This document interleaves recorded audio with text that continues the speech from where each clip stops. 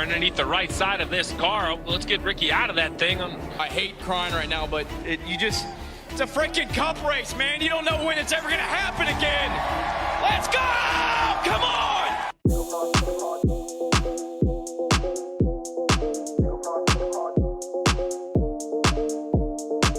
Hey there, racing heads. Here's to another exciting NASCAR Cup Series event. Today, we're bringing you all the highlights from the Bank of America Roval 400 at Charlotte Motor Speedway. After all, it was a thrilling race with unexpected twists and turns, and we've got it all covered. So, hit that subscribe button, and let's dive into the action. Let's talk about the stakes before we get into the race itself. This was the final race of the round of 12, and it was do or die for some drivers. The top 8 moving on were William Byron, Ryan Blaney, Denny Hamlin, Christopher Bell, Chris Buescher, Martin Truex Jr., Kyle Larson, and Tyler Reddick. That was really fun, but yeah, just good momentum. We got to keep it rolling. I'd like to do 1-2-2 in the next round too, so that would be ideal. But yeah, we just got to keep performing like this, and we'll be where we want to be. Unfortunately, the 4 winless drivers, Ross Chastain, Bubba Wallace, Brad Keselowski, and Kyle Busch, were eliminated from championship contention. It is what it is. Just didn't have enough, and it wasn't in the cards, and I guess that's what 30 is. I'm not mad. I'm happy for the team. I'm pumped for our season. It's not over with yet. I'm really excited for next week in Homestead, Martinsville, Phoenix. I might just go on vacation then, but we still got 4 races to go out and do it, so proud of the team, so I appreciate them. But despite not being able to make it to the playoffs, why did this particular playoff race make Kaulig racing driver AJ Allmendinger burst into tears? The race kicked off with Tyler Reddick leading the way in Stage 1, dominating the field. Meanwhile, penalties and incidents were already in play as Brad Keselowski got penalized for missing a chicane.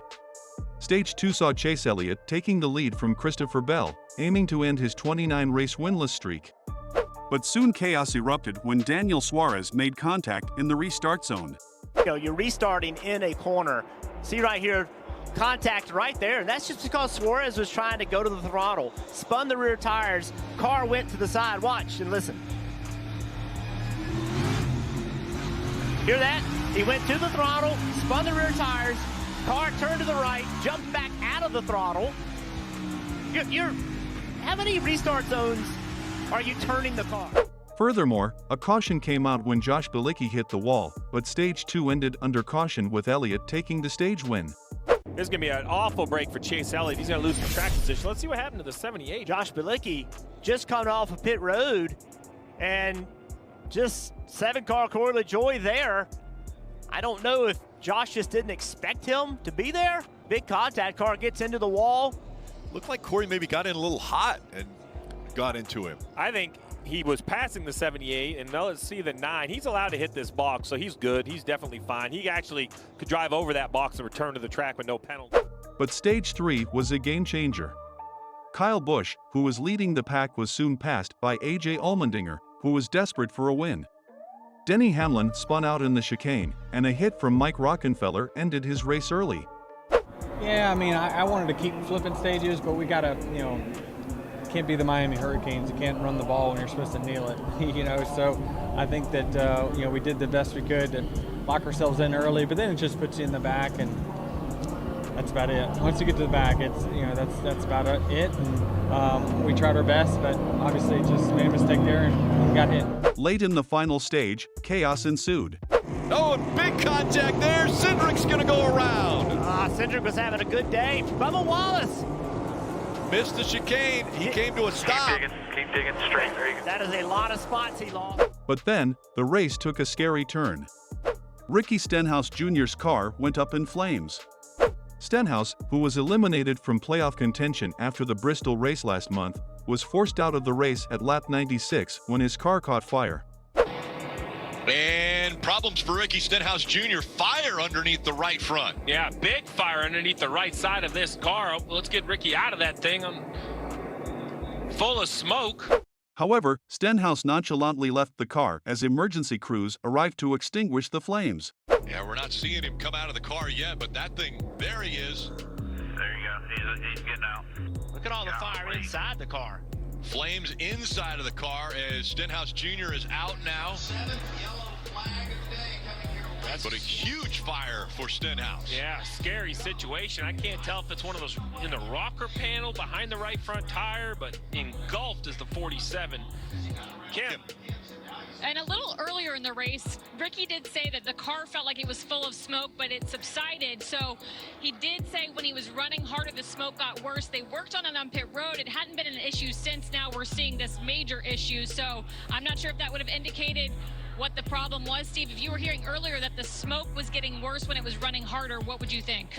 As we headed into the final stretch, AJ Allmendinger and Kyle Busch battled hard, with William Byron hot on their tails.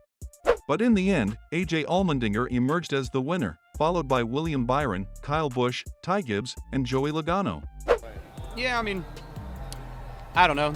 I didn't feel the pressure really. Just tried to go out there and do my job and execute and get it done. But you know, the 16, he's a great road racer. I'd call him Mr. Roval, if you will. He wins here all the time, so he's super good here, knows how to do this stuff. So you know, they earned it today for sure. A lot of it rides on me, just getting sloppy, not doing a very good job, and I'm not making excuses, but trying to figure this car out. You know, I just lose the balance of it. Did again today. Was able to get a third out of it, but you know, probably would have been worse off than that. Registering his first win since 2021, this victory was nothing but special for him and his team. Allmendinger still with a 5-6 car length advantage now. Allmendinger's last win was at the Indianapolis road course back in 2021. That's 50 Nobody starts wants this ago. worse than you, baby. And now AJ Allmendinger out of the final turn, he wins at the Charlotte Roval.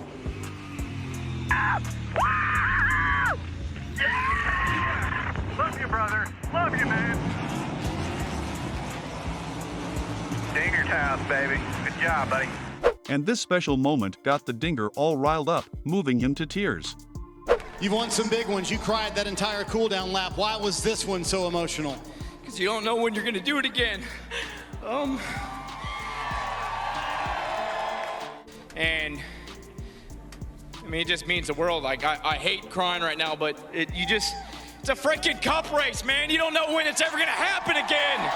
Let's go! Come on! But nothing could stop Allmendinger from celebrating this win with the fans in the stands. But this win at the Roval might be the most important one of his career, and he's going into the stands, Rick, to go hang out with all the fans here at the Charlotte Motor Speedway.